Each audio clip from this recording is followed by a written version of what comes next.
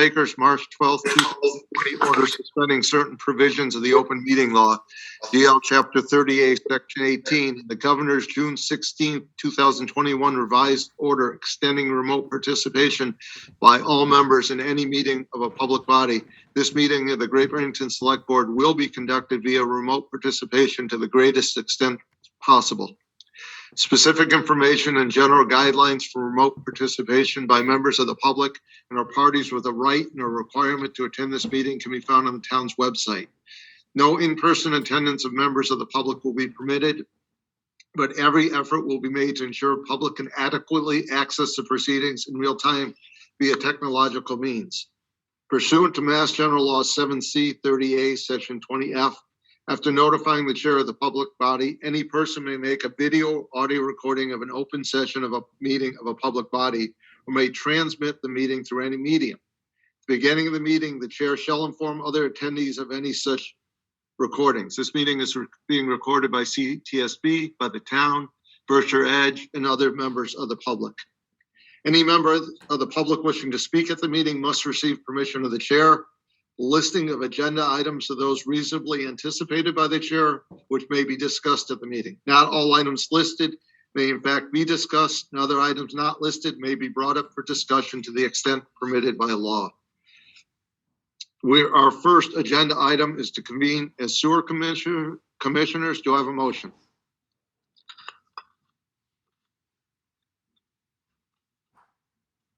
You're muted, Lee. I make a motion to convene as sewer commissioners. Do I have a second? Second. I have a second from Ed. A motion by Lee, a second from Ed. All votes are roll call. Garfield. Aye. Eric. Aye. Ed. Aye. Lee. Aye. And aye. It's unanimous. Mark, is Sean on, or are you doing this? I'll take this one. This is pretty straightforward. I didn't think it was necessary for Sean to be here. This is nothing more than the approval for the addition of new homes or additions to existing homes with new dwelling units. And they're all detailed in your packet for this evening. Do I have a motion to accept? I make a motion to accept. Second. Any discussion? Seeing none, roll call vote. Garfield. Aye. Eric. Aye. Ed. Aye. Lee. Aye. And aye, it's unanimous. Do I have a motion to reconvene as select board? I make a motion to reconvene as select board. Second. Roll call vote. Garfield. Aye. Eric. Aye. Ed. Aye. Lee. Aye. And aye, it's unanimous. Next, we have approval of minutes.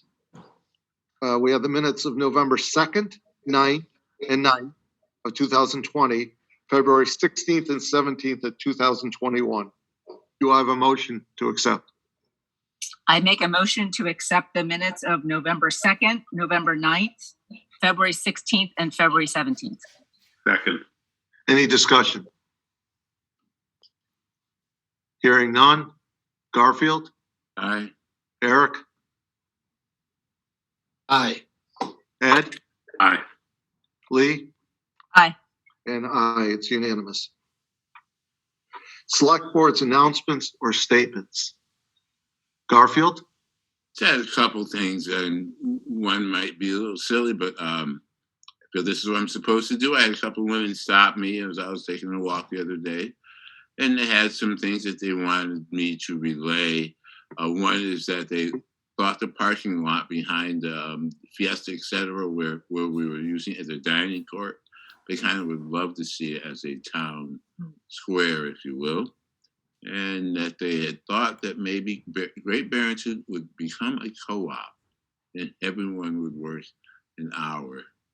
I did not ask them to elaborate, and they did not elaborate what they were speaking about, but I told them that I would mention it in the meeting, let that known that they were being heard.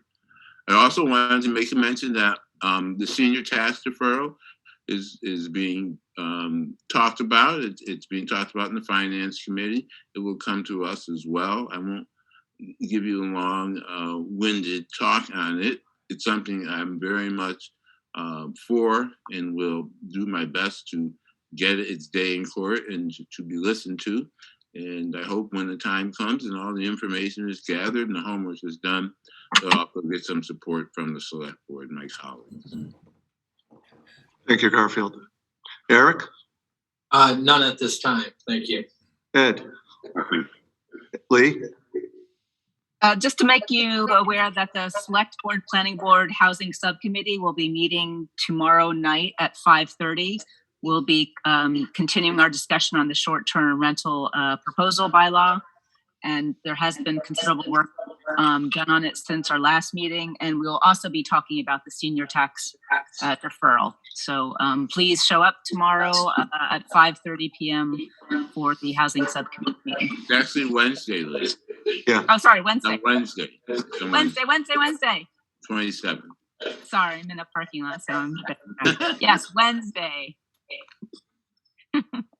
Nothing Thank you. from, nothing at this point from me. Town managers report. Okay, thanks, Steve. Just a few updates this evening. First off is the Housatonic Waterworks. I just wanted to thank everyone that attended our Housatonic neighborhood meeting on the 12th and provided feedback that evening. I had the opportunity to meet with two officials shortly after that meeting from the Department of Public Utilities to discuss rate or what a rate relief petition from the town might look like in that process and timeline. Now that we've pretty much concluded our meetings with the local water companies, our state drinking water regulators, and our legislators, and we have two engineering studies to help inform our next steps, I'd just like to recommend this evening that the board consider scheduling an executive session to begin reviewing options, particularly in particular, the four options I presented on the 12th, since they involve potential litigation and or a potential purchase of the water company. I think that needs to happen in executive session and probably sooner than later. So let's try to schedule a time to do this. We're already meeting, if we're pulling Mondays, the first. What about the 15th of November?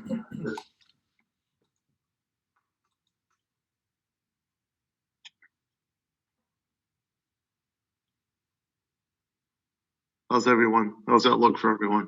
For me. That's good. 6 o'clock work? 6:30. Parks meets at 5:15, so Okay. if that's okay with everyone. Yes, sounds good. November We'll make 5th. that work. Yes. Great, thank you for getting that scheduled. North Main Street parking is my next update. So some of you may have noticed over the past week or so, new parking stalls being painted along the northern section of town, the northern section of Main Street in particular, from the Cottage Street Bridge to the Red Bridge. Our public works staff will continue to be marking stalls out as weather allows over the next week or two. And this idea came from Ed Abrams, actually. He mentioned it during a site visit maybe a month or so ago when we were looking at parking downtown. And we believe we can fit roughly 60 stalls along this stretch. And the idea here is that if we create an 8-hour zone, we might be able to encourage downtown merchants and employees to park here and then walk into town. Employees would benefit from not having to move their cars every 2 to 4 hours, which is 2 to 4 times a day, or risking getting a ticket. And merchants would benefit, of course, from opening up roughly 60 spots downtown. And the town benefits by not having to lease land to serve the same purpose. So I'll plan to work with the chamber. I'll reach out to Betsy to promote the idea. And once we complete the work in that area, which is, again, is just signage and painting, we'll issue a press release and update our parking map accordingly. Next on my list is the. Can I have a quick suggestion, Mark? Sure. That when the parking map is updated, that we can link it far and wide to anyone else who's got a website in town, any merchant, the chamber. So it's just very out there. Will do. It's on my list. Next on my list for this evening is the Taconic parking lot. Construction, as you are probably well aware, continues over there. Site work is nearing completion at this point, and paving is scheduled to begin this week if the weather cooperates again, that is. So paving crews will be down on the bridge and Bentley stretch earlier this week, and then they'll relocate that equipment up to the Taconic lot. And I anticipate that work will be completed in plenty of time for the downtown holiday shopping season. So good news there as well. And Chris Rembold's joining us now to provide an update on Lake Mansfield Road.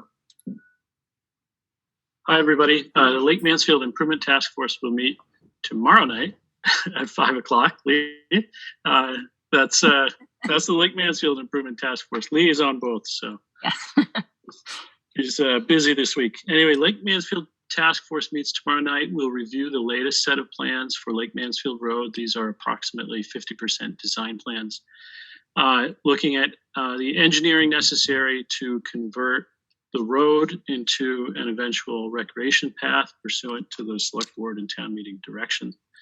And it includes plans to improve the parking lot down at the beach end near the trailheads, and improvements to the outlet structure down at the north end. So we'll be reviewing all that tomorrow night in anticipation of a community meeting to be held probably I think we scheduled it for the second week of November.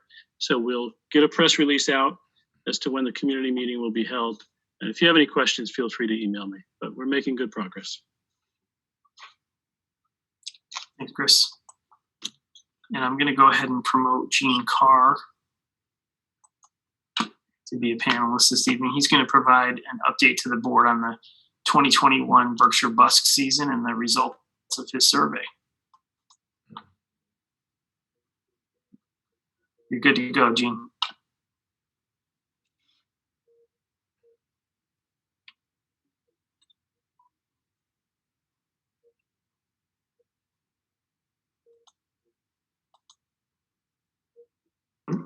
Hello, do you see my screen?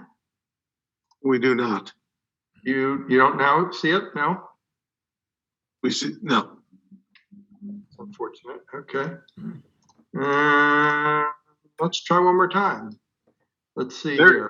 Now we see it. All right, and tell me whether it looks better than the last time. There. How's that look? Perfect. All right.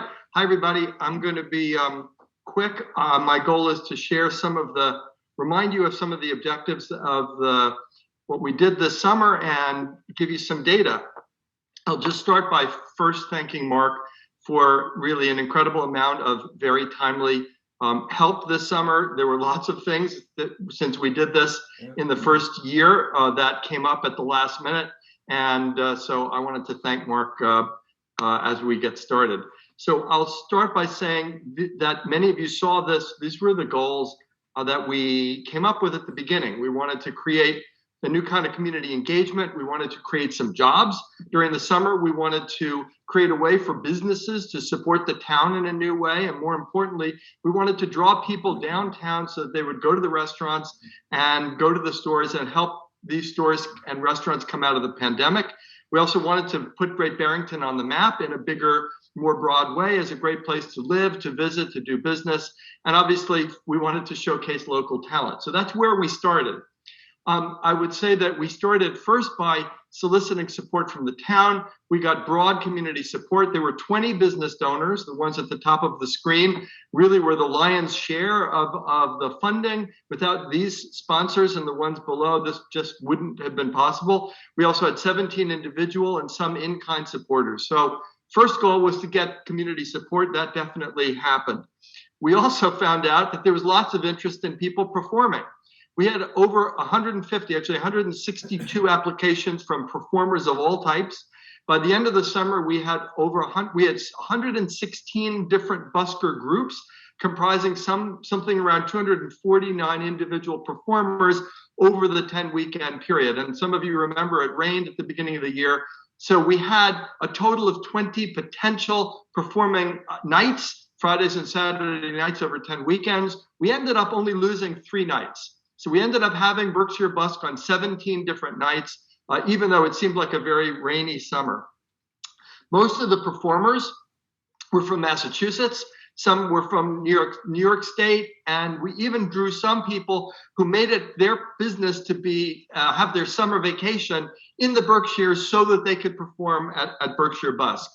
We got a lot of press from the beginning of the spring all the way through, in fact, through till today. Some of you, if you haven't seen it yet, the Berkshire Eagle published a terrific article today.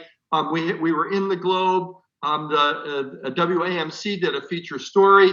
We were also got some press on the Springfield television station. So we got what we think a rough estimate of about 2.5 million viewers were able to potentially see information about Berkshire Busk over the summer. So the PR story was pretty good and pretty broad. We also did a very big social media project and program. I had a dedicated social media manager. And over the summer on Instagram, we get all this data from the sites themselves, showed us 182,000 impressions. We had, by the end of the summer, almost 1,000 followers, which is harder than I thought to get followers on Instagram. And we had about 150,000 different accounts on Facebook. We spent money on Facebook and Instagram and generated almost another 500,000 impressions by paying for them. So we had a really broad social media reach for this event. We also obviously had a website that got 12,000 visits. The thing that amazed me was that we had people from over 52 countries, over 1,000 different cities, and we had an email newsletter that had about 300 or so subscribers. The visits to the website and the social media was aided by the fact that all the groups emailed and posted on their own social media accounts. So all those 116 groups told all of their friends and their family. And in addition to that, we did a live stream where we broadcast for an hour every night that we could what was going on. And so Carly Scalfaro, who you see here on the right, walked around and actually sort of sampled the programs, and then we posted those. They were available on Instagram for a week, and then we put it on our YouTube channel, and we put it on our website, and we did snippets of them called Reels. Those video clips got 40,000 views. So we got a lot more than just who came to town. Also, the James Taylor team got involved, and they created the James Taylor Busker Challenge. So if any of the performers sang a James Taylor song and then send it into James Taylor, they reposted it on their website and in their email. One of our performers got something like 16,000 views of their performance in Great Barrington as a result of James Taylor promoting it. So that was a real boost. We also did some research. We worked with Ann O'Dwyer over at Simon's Rock. Many of you know her, and she worked with a couple of students. We collected 229 surveys. Most of them were clipboard surveys where we just stopped people in the street and asked them to fill out with a pencil. We did some of them online. And so here's what we learned. Well, we started by saying how many people did come. Now, it was very, very hard to get a real accurate number. Best we could do is estimate that we had about 200 people every night of the 15 nights for the festival. And then the final weekend, don't know exactly why, maybe it was the cumulative publicity, but the last night had just double the amount of people. So we think over the full festival, we had about 4,000 people.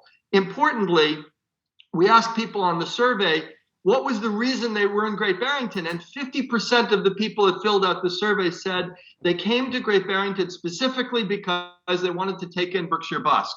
It wasn't that they were shopping anyway or they were coming to pick up food. They specifically came. So we drew 4,000. We know that at least 2,000 of those said specifically they wanted to come for Berkshire Busk. We found out that 70% of them were not from the town of Great Barrington. They were from other areas in the Berkshires or Connecticut or New York State. However, when we asked, were those people that came specifically for Berkshire Busk, 60% of those said they were from Great Barrington. So what that means is that folks that live here more often than not said, I'll come down and take in Berkshire bus. So even though we brought a lot of people in from other towns, Berkshire residents, Great Barrington residents came in large numbers to experience the festival. We know this by talking to people, and lots of people stopped me on the street and said they came. And I began to recognize certain people who came on many, many nights. Ed Abrams, I'm looking at you right there. So thank you for that. Now, did people like it? We asked in the survey, how much are you enjoying Berkshire Busk? On a scale of 1 to 5, 99.3% said they enjoyed it. 89.6% ticked the 5, and 9.7 ticked 4. So overwhelmingly people loved it. And they also said that it improved positively their impression of Great Barrington. So it not only did they enjoy it, but they enjoyed being here when they left. They felt better about Great Barrington for having experienced this. And I'll say that Anne told me that she's never done a survey that people took so willingly. People sort of said, oh, sure, I'd be glad to do it. In fact, everybody wrote comments. I mean, you know, they this is what we should be doing better and more. But most importantly, people said they loved it. And they really would like to come back. So we had a lot of positive feedback from people on the street. We also, going back to our original goal, we created jobs. Obviously, we paid all of the busker groups. They didn't get paid a lot, but a lot of them collected tips as well. I had 8 paid festival staff and I had 5 volunteers, including myself. So that was the job side of this.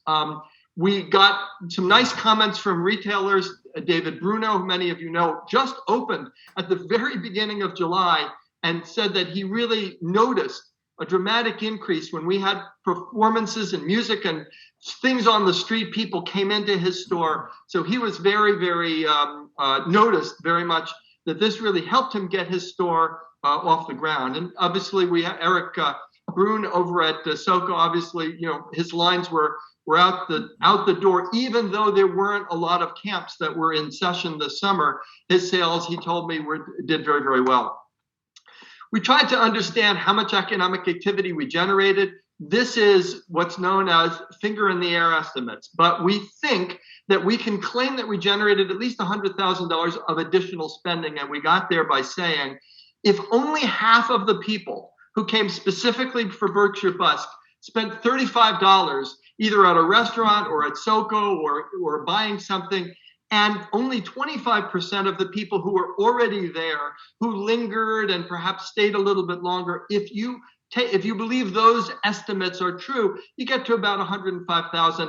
I think the number is probably high. $35 maybe seems a little bit low, perhaps, for if somebody goes out to dinner. But I wanted to at least begin to put some data around it. Obviously, in the future, we'll try to get better data than this. But we believe we did generate some nice economic activity, which was part of our goals. So to review, and I've got 2 more slides left. These were our goals. I think that I've showed you today that we really hit a lot of these goals, some more than others, but we really managed to achieve a lot of the goals. And if you weren't able to be there, I'll just share with you that we used every street corner and every nook and cranny in Great Barrington to try to put performers on the street. We also, I forgot to mention, we did a special kids day over by Giggle Park. We had 2 different clown acts. We had a drum circle. We had an antique car. We know that we had 100 children because Robin very generously put together a candy basket that we gave out to every kid, and she gave us 100 of them, and we gave away all 100. So we know there were 100 kids, and obviously kids came with their parents.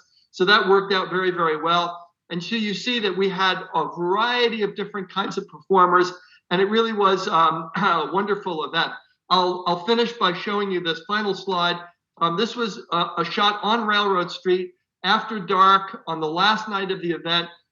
Really epitomized what we were hoping for, creating community excitement and joy downtown in the summer. So thanks for your support to the Select Board and the town of Great Barrington for supporting me and putting the wind at my back, for letting this happen. And appreciate your time today. Thank you very much. Thank you for everything you did for the town this summer. You're very welcome.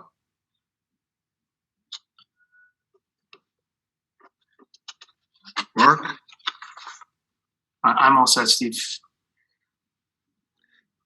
Next on the agenda is public hearing. Need a motion to open a special permit application from Benjamin Wolfer, P.O. Box 1347, Canaan, Connecticut, for work in a floodplain and water quality protection overlay district at 121 Bridge Street, Great Barrington, in accordance with section 9.1, 9.2, and 10.4 of the Great Barrington zoning bylaw. Proposed work is within the 100-year floodplain of the Housatonic River and consists of demolition of the existing single-family home and construction of a new single-family home. I make a motion to open the public hearing for the special permit application from Benjamin Wolford. Second. So I have a motion by Lee, a second by Ed Garfield. That was a yes, a muted yes, but a yes. Eric, Aye. Ed, Aye. Lee, Aye. and I. Chris?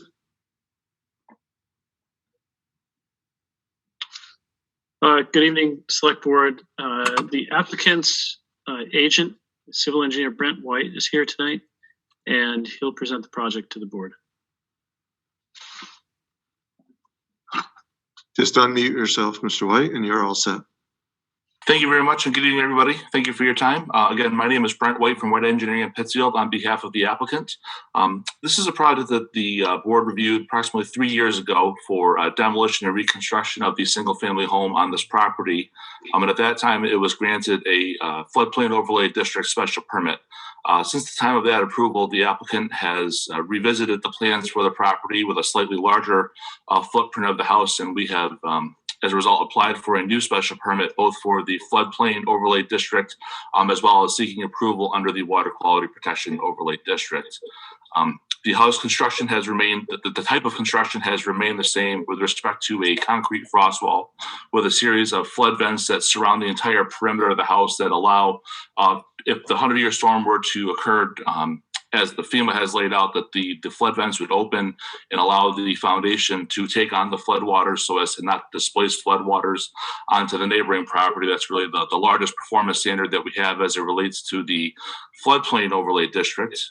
We have proposed the house to be approximately 2 feet above the base flood elevation here, so that is compliant with the construction standards under the Massachusetts State Building Code.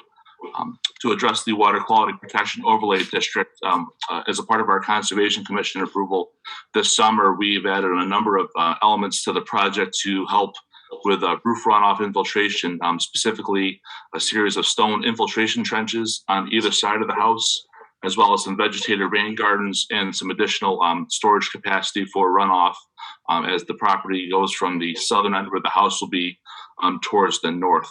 On the north end of the property, there is an intermittent stream that is ultimately the source of water that allows the 100-year floodplain to enter into this property. So the site plan that's before you as a part of the application has been updated to reflect some of the special conditions that the Conservation Commission had asked for when they reviewed the project. It's my understanding that you've received positive endorsements from the Board of Health, as well as a positive recommendation from the Planning Board. We appeared before them approximately 3 weeks ago. Overall, it's a great project. We're very excited for this for the applicant here. He spent a great deal of time developing the plans. We think it's a better plan for him, and we've worked very closely to address the specific concerns raised both within the floodplain and water quality protection overlay districts. Have had an opportunity to review the suggested findings for the board and would certainly agree with those, and I'm certainly happy to answer any questions that you may have. Thank you for your time. Thank you. Questions for the applicant? I have one. When you were in front of the planning board, it sounded like though the floor would be above the flood level, the joists of the floor wouldn't, and they had suggested, again, just a suggestion because it isn't required, that you might want to raise it a foot. Did that make sense, and have you done that?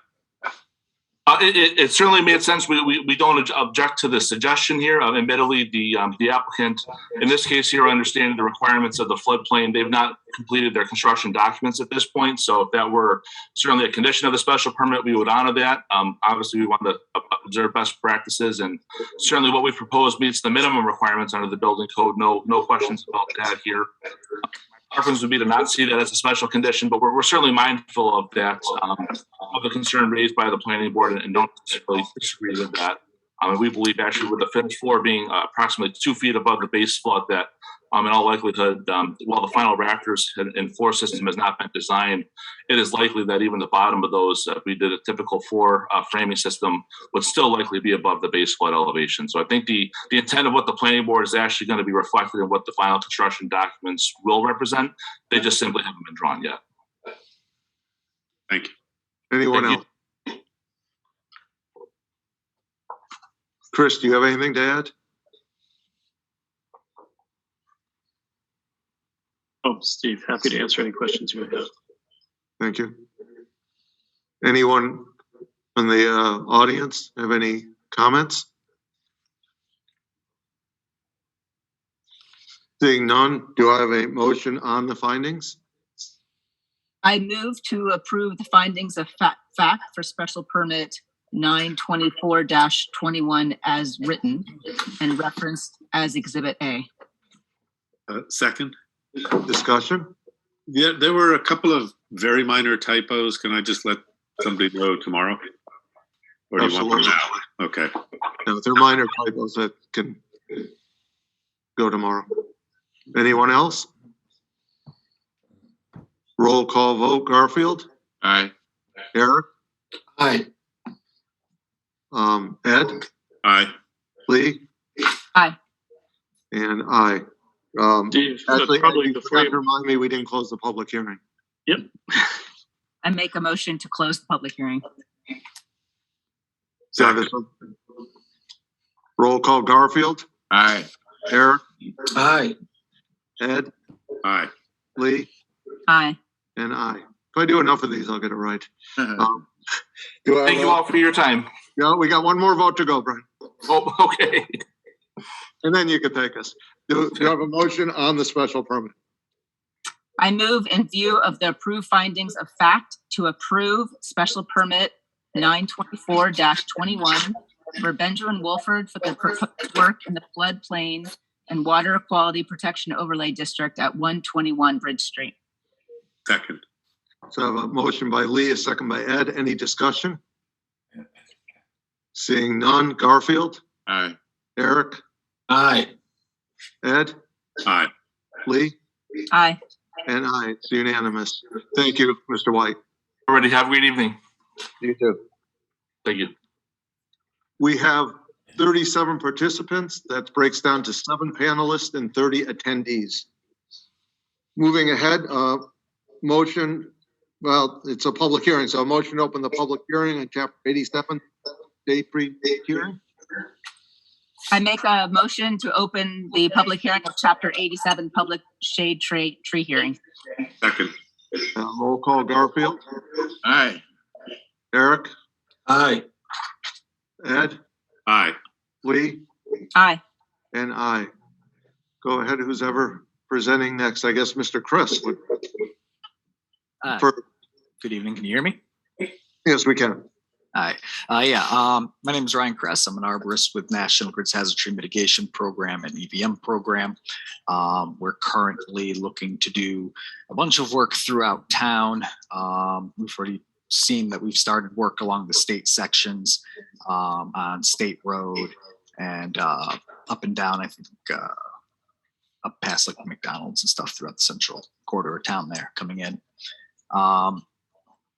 We're looking to do the pruning as well as a bunch of removals along the main distribution lines that run down Division, Park Road, Monterey Road, Lake Buell Road, Monument Valley Road in town, with a spec that is slightly larger than normal, as well as making sure that the ground cutting, which has always been part of spec, actually gets done.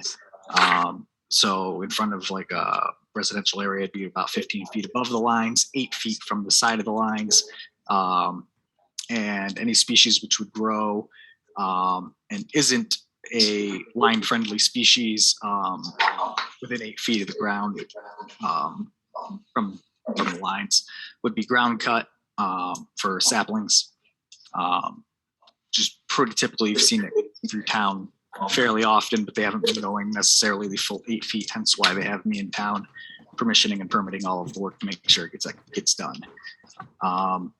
I submitted a list of removals with the tree warden. We've gone through most of them. There's only one tree really that seems to be a sticking point, and that's at 85 Lake Buell Road. It's a large cottonwood tree. So the town had their arborist take a look at it, and then we submitted our findings, and we're looking to see if you guys would like us to remove it, or if you had questions as far as the trimming and stuff goes, or anything along those lines. Michael Peretti, our tree warden, would you like to comment on this? Yes, I would. Can you hear me? Yes. Okay, great. Yes, the tree in question, 85 Lake Buell Road. It's a tree that I had Eric Halp look at, and I take his recommendation seriously. I've been doing this for the town for 13 years, and without his knowledge and help, I wouldn't be able to make the decisions that I make a lot of the times. This particular tree, he didn't see any particular issue other than its proximity to the line. And my feeling is that National Grid could prune the tree more regularly instead of removing a 100-year-old tree along the roadside. So that's why I request that this tree be taken off the list, along with another tree at the intersection of Butternut Lane and Lake Buell Road. And that's it. So I did look at all the other trees. I was okay with that. And that's what I determined. Thank you. Questions? I do have a question, I guess. I'm just curious. Do the people that reside there have an issue with that tree themselves? Nope, those residents actually would like the tree removed. They wanted the tree removed the last time we asked to remove it before it brought the power lines down across the vehicles. Thank you. Lee? So I thank you. Thanks to Eric for singling this out and assessing the tree. I tend to always favor the tree, so I'm on the side of the 100-year-old tree in terms of saving it. But I am curious about the second tree at Butternut and Lake Buell Road. Can someone describe that? Because I don't see that listed as another tree that they want to save. In the pictures, it's the tree that sits between the two sets of power lines. If you heard the description of the way we're trimming the trees to get them up away from the lines, because of the fact that it sits so snugly between two sets of lines right there, it's going to get hit pretty heavy by the trimming. Generally speaking, any tree that gets hit particularly heavy by the trimming, I would generally much rather remove, but it's tall enough where it should survive the trimming. Steve, may I speak? Yes, of course.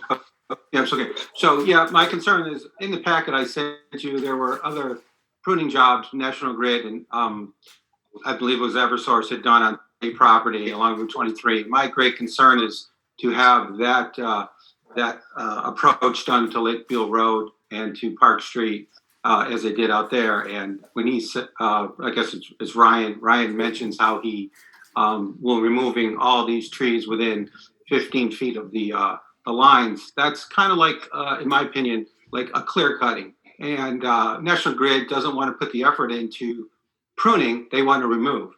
And I'm sort of opposed to that. And I've been watching their practices throughout the county. And the state pretty much turns a blind eye to how they operate because the state doesn't want to do too much.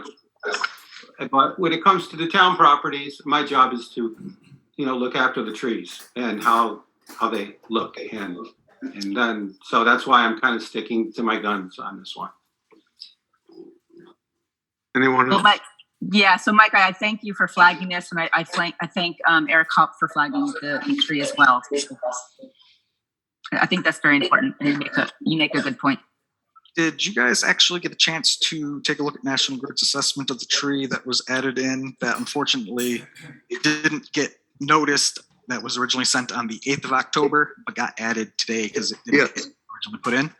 Yes. If you will notice, that tree has already crashed the lines 3-4 times already. You can see all of the damage to the three-phase on the roadside, as well as pictures of the damage from one that came down. A limb came down, bringing the lines down to the house on top of the vehicles of that particular house. The tree's just, it's a habitual offender. It's not something that can be trimmed. It's cottonwood. They're a weaker species. They're weaker than white pines. There's really not anything we can do to keep that tree from causing an outage. If you take a look at our assessment, you will see that there's a fungal infection in the tree that's been rotting the tree out for years and years. Arborists have been noting it for years and years. There's really not anything we can do structurally for pruning it without removing it, because the decay is in the trunk and in the branching in section of the main leads of the tree. And there's just really nothing we can do to keep that tree from taking the lines and the poles down. Thank you. Amy Pulver, go ahead. Just state your name and address.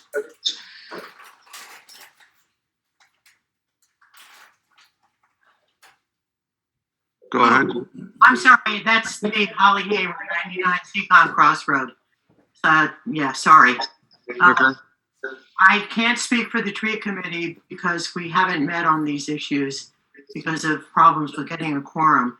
But I can speak for our past experience, Mr. Peretti, and that is that he is very cautious, careful about the assessments that he makes. And if he says that the tree is going to survive if it's not removed, then I think that that's something very important to listen to. We know for a fact that our town has, between National Grid and mainly National Grid, we have far more takedowns than we have new trees planted. And I think that's a bad precedent to put out there, especially during increased awareness of global warming. So I urge you to take Mr. Peretti's advice. Thank you. Mike, can I just ask you a question? I don't know, did you see the email that went out today about the cottonwood tree? Yeah, that email is a relatively old email. I saw that back when I first resisted the removal of the tree, and they presented that to me. And that's when I got Eric Hupp involved, and Eric basically said he didn't see those issues. It's a big old tree, but he said that really it was no different than any other tree along that road. They particularly picking on this one tree because it did create some line issues. But that's the fact is they aren't pruning the trees on a regular basis. So of course you're going to have an issue.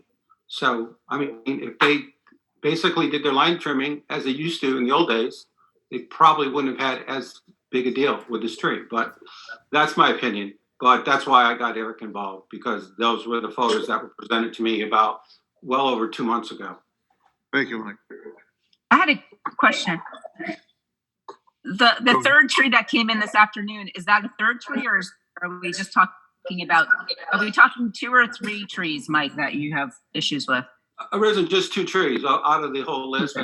I think there were maybe 45, 47 trees. I don't know. I don't have paperwork in front of me, but so I thought that was a small percentage. And historically, I've made requests with National Grid on other line mitigation projects to save trees, and I can take you today to those trees. They're still standing.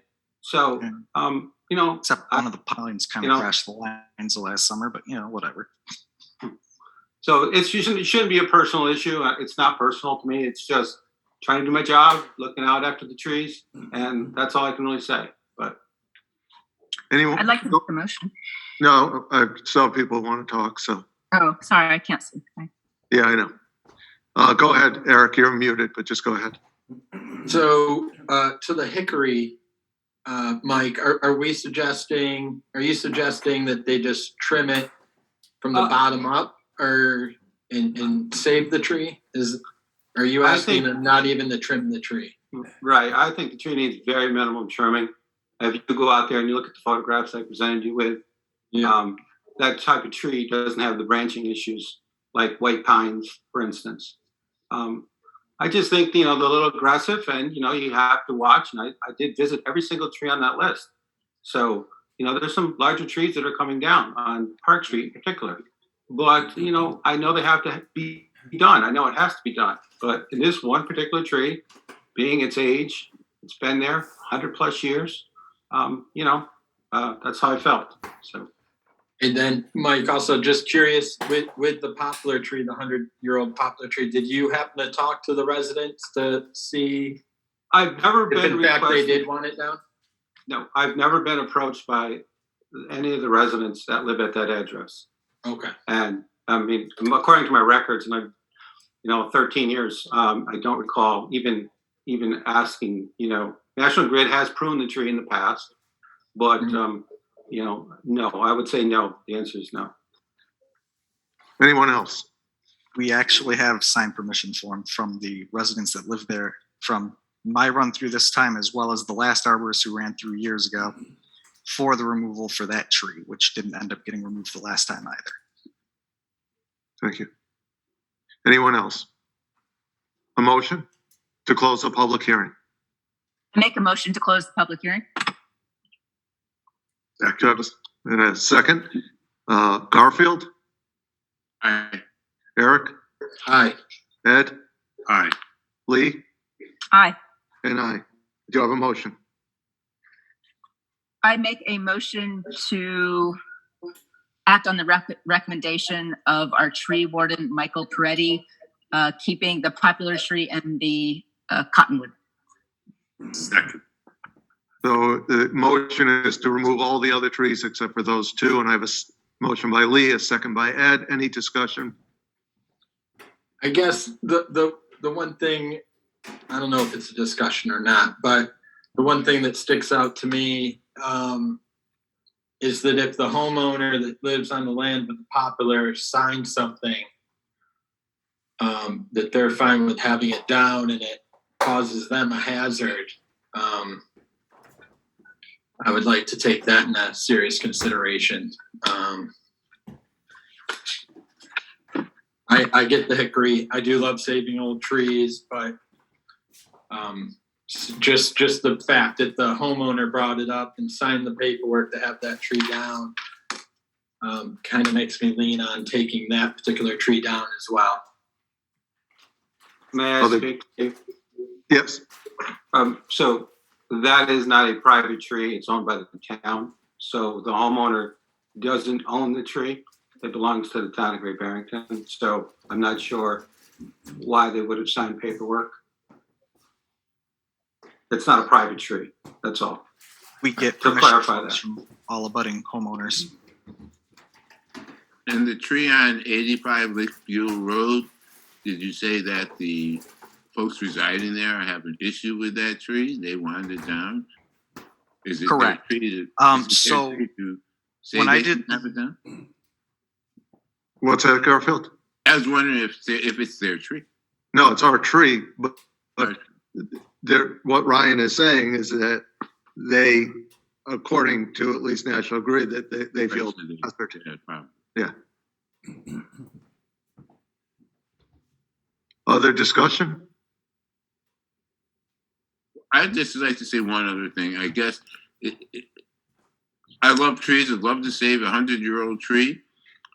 But if it's going to be something that could possibly fall and destroy someone's home, and if there is a rot from the inside, if that's actually really happening, then that could be an issue that could cause serious harm to even the folks living there if that tree falls while it's someone's home. So I may lean in favor of them. Can I say something? Of course. So Garfield, we have my take on this is that we have a tree warden that has this expertise, and this is his recommendation backed up by Eric Haupt, which is a respected tree arborist in the area. So I'm really going by their recommendation, and Mike Peretti's work with the town has always been very respectable and highly regarded. So that's how I'm basing my recommendation to keep the 2 trees that he has recommended. Any other discussion? It's a roll call vote. Garfield.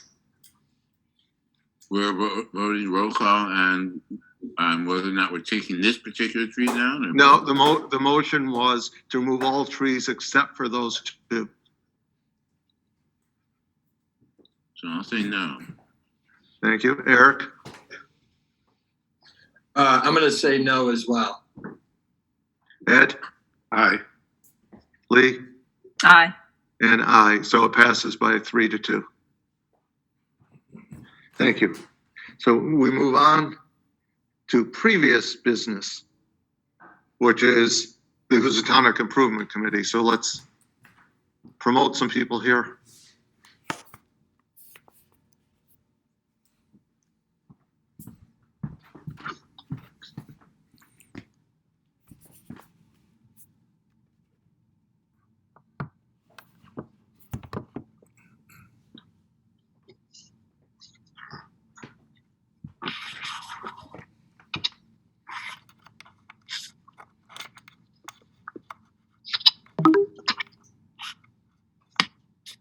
We should be all set. Okay, Promoted everyone. Dan, do you want to start or? Yeah, I'll just start and then I'm gonna switch over to Angela in just a minute. And we've kind of broken this up into about 4 sections, with a different member of the committee taking a different kind of part in this recommendation. Thank you to the select board for giving the Housatonic Improvement Committee an opportunity to speak tonight and present our recommendation for the Housatonic School. I think during this presentation, you'll see that we've gone through a very thorough process to come up with this recommendation. And at this point, it is not the end stage of this. As you well know, that we do have a design charrette, which is going to be basically the second part of this presentation that will be taking place this weekend. So I'm going to pass it over to Angela Lamato. Okay, thank you. So I want to give you a little bit of history. As you all know, the Housatonic Improvement Committee was formed in June of 2020, and we've been almost entirely focused on the Housatonic School and its future use. To frame our recommendation tonight for the Housatonic School, I don't think that the list of resources that we used has been forwarded to the Select Board, but we will get that to you.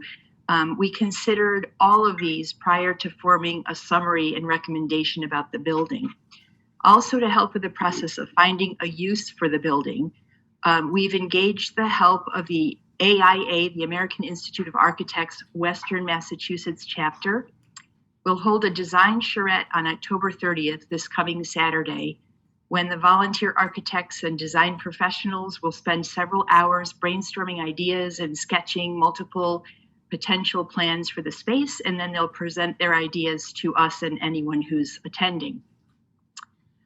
We're encouraging them to consider mixed-use schemes that will embrace the geographic location of the building as a village center, and also complement and support existing local businesses, town assets like the community center and the Ramsdale Library, and the continued redevelopment of other underutilized properties such as the former mill buildings flanking the Housatonic River. We're very grateful to Carrie Bartini, a member of AIA and NCARB from Berkshire Design in Pittsfield, who's organizing architects and has secured continuing education credits for those who participate.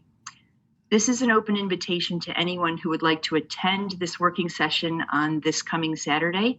It'll be held from 10 a.m. to 2 p.m. at the Great Barrington Fire Department, as well as being available on Zoom. And now I'll turn it over to Dan Bailey to do the next section. And I guess I'm still unmuted. Thank you again. I just want to quickly give you a little brief history of where the building is and in the history of the building. The Housatonic School was built in 1907. It served as an elementary school for the town until it was closed in 2003, at which point it reverted back to town property. The red brick facade is accented by chiseled stone courses and decorative brickwork. The interior rooms are trimmed in oak, typical of the era. The building has 3 levels comprising of just over 28,000 square feet. It sits in between a very active playground and the Housatonic Community Center, and it sits on approximately 2/3 of an acre. For more than a decade, the town of Great Barrington has explored various uses for the former school. Complete demolition of the building has also been considered. No conclusive decision has been made, although much work has been done, including phase 1 environmental studies. The town has issued multiple requests for proposal, and several developers have responded. None of the proposals, however, have moved beyond much more than an initial stage. The property has a strong community connection and links the present day to the history of the village. It has a central location within the village and potential as a center for its residents. The building is on the BRTA bus line. It is adjacent to the Housatonic Community Center and playground, as I mentioned. The zoning for that area allows for a wide variety of uses. The school additionally has close proximity to redeveloping mill buildings along the Housatonic River and other mill buildings that can be redeveloped. So at this point, I will pass it along to Daniel Bialowas. Oh, nicely done. The HIC has been relooking at potential uses for the building and has reviewed many documents to agree on some parameters of the building. We have spoken to neighbors, reviewed the town's master plan, reviewed the comprehensive economic development strategy for the county and its annual update produced by the Berkshire Regional Planning Commission, the Berkshire Blueprint 2.0 from One Berkshire, the Visioning Report for Housatonic 2004, and various other documents, proposals, and studies. Those documents are on the list provided, and now I'll pass it on to Eric.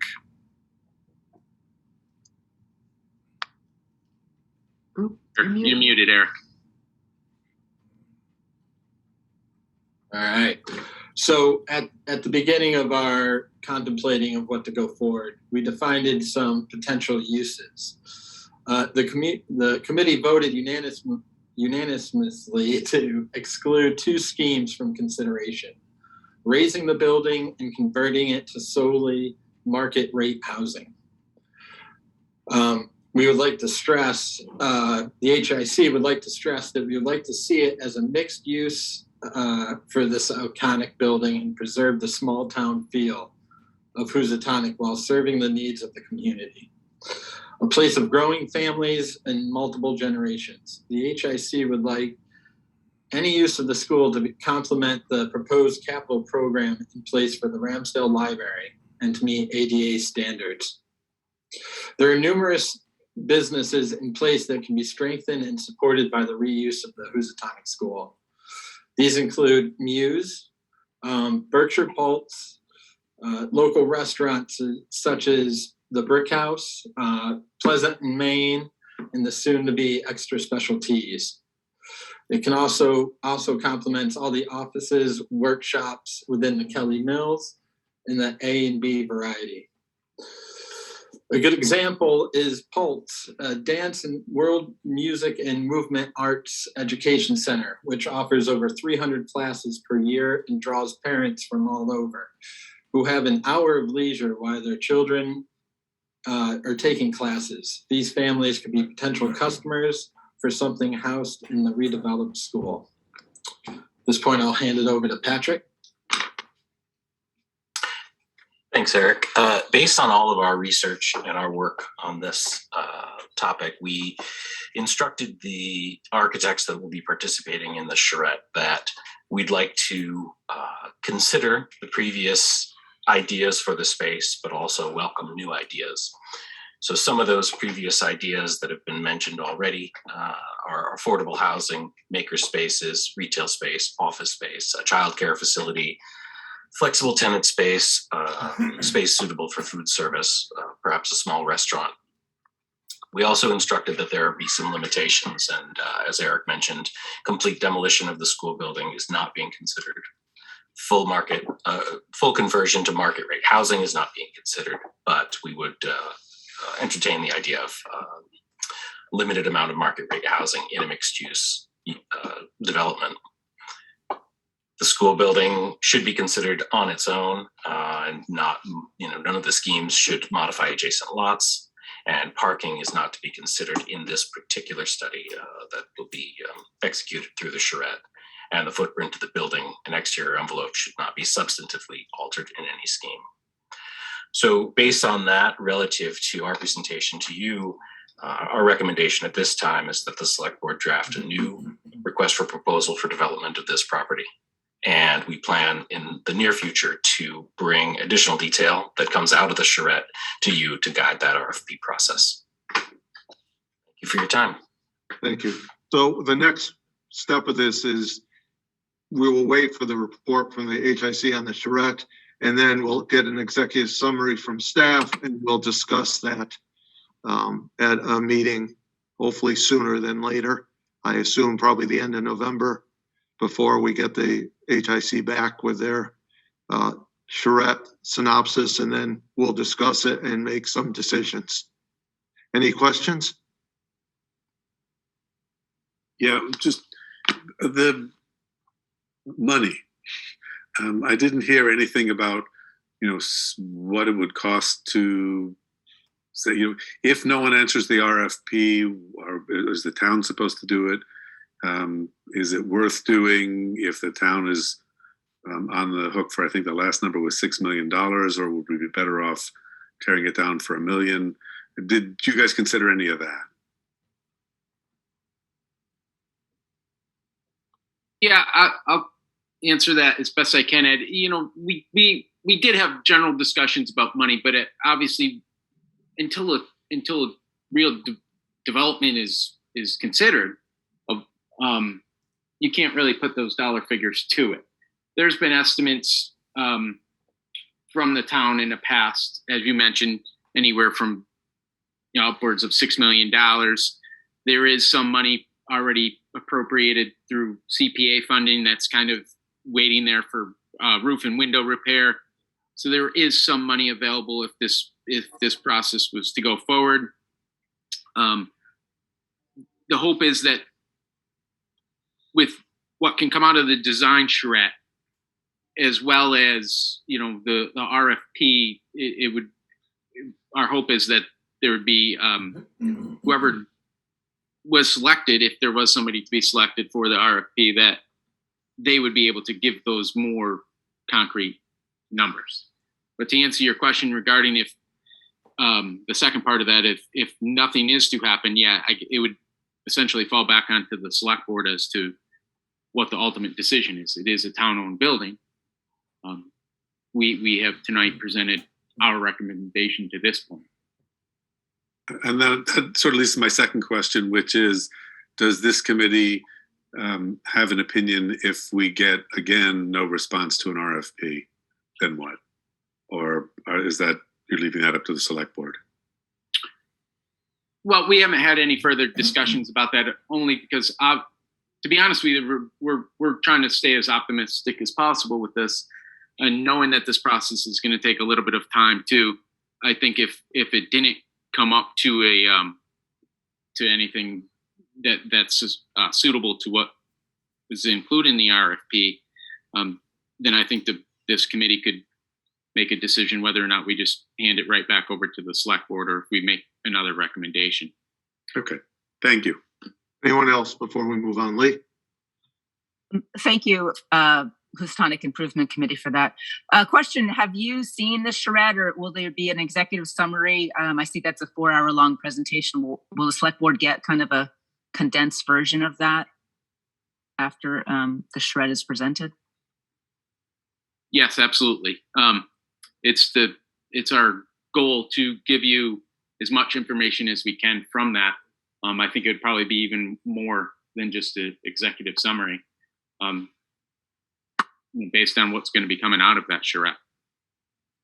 And follow-up question, is the idea to attach the charrette to the RFP to give prospective developers guidance into some of the possibilities, or how does this charrette fit into the RFP?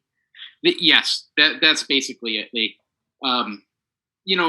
Some things we've kind of discussed is that, with all the past proposals, we felt some of the things that have been lacking is that actual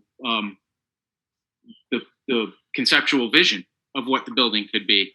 So our hope is that that this design charrette could fill that void and make the RFP even that much stronger. Okay, thank you. Anyone else? Thank you to the Housatonic Improvement Committee. We look forward to you coming back with a charrette result. Thank Steve, you very much. Yes, there was a letter we all got. Were you going to read? That's going to go under public comment. Okay. Next is new business, the select board liaison list. Mark, do you want to say anything about this? Sure. Thanks, Steve. In your packet for this evening is what we staff believe to be the current board assignments. The names listed in parentheses are cases in which a non-select board member currently holds this position. And then those listed in the authority column on the far right are cases in which the select board member is serving as the official select board representative to that board or committee, meaning that the committee has a seat that must be filled by a sitting select board member. So we just wanted to bring this forward tonight to check in on this list and see if you'd like to reassign anything or just approve it as submitted. Anyone? Eric?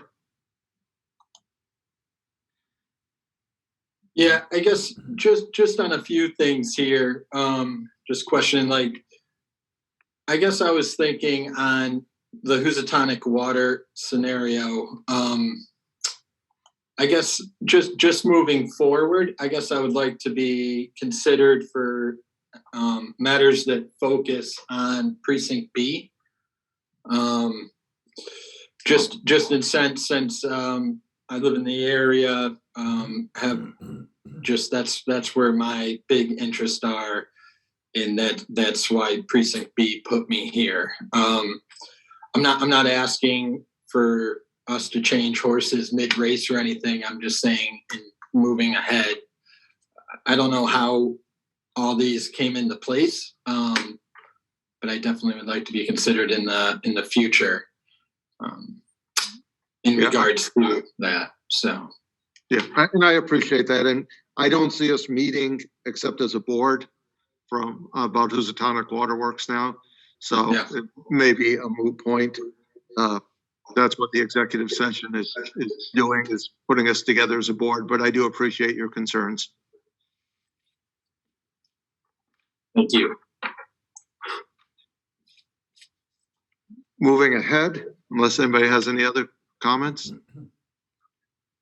Moving ahead, we have citizen speak time. Let me read the one email that we got today from Carol Bosco Bowman, Housatonic. I am grateful for the work of the Housatonic Improvement Committee. I disagree with the recommendation to move forward with a charrette. The question of what to do with the Housatonic school has now been asked by a fourth town manager and select board, and the school has been closed for 17 years. No one has come forward with a viable proposal. Meanwhile, many of us who live in Housatonic have had to live with a degrading structure in the center of town, watching it crumble and wondering how it's affecting our property values.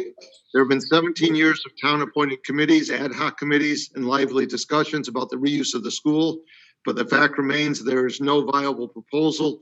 While there is a need for affordable housing, the school is not an appropriate site. For one, that land is the centerpiece of the village and should retain its public use. And two, there's not enough parking. There were a lot of great ideas, mostly centered on creating community center of some kind. Some of these groups commissioned studies. One of the village committees, of which I was a part, sent out a survey to the entire town, getting a huge response to our questionnaire about the Housatonic school. All these materials were reported on or are in the possession of the town hall. My point is this: the parcel must remain as a public owned, yes, even if that means replacing the deteriorating building with parkland. It is time for the select board to take decisive action beyond charging yet another committee to spend their free time working on something that has been worked on for almost 20 years now. No more charrettes. The town does not have a plan to renovate and reuse the buildings for its citizens, then create parkland. It's time to follow through on the work begun almost 2 decades ago, including the CDBG funds that were part of this effort, and create or recreate an attractive, beautiful center of Housatonic. Besides, we need a new water system in Housatonic, a new high school for the town.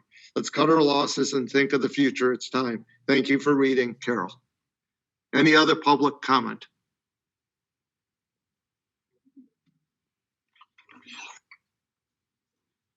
Seeing no more. Oh, I do. Charlie Williamson, let me erase.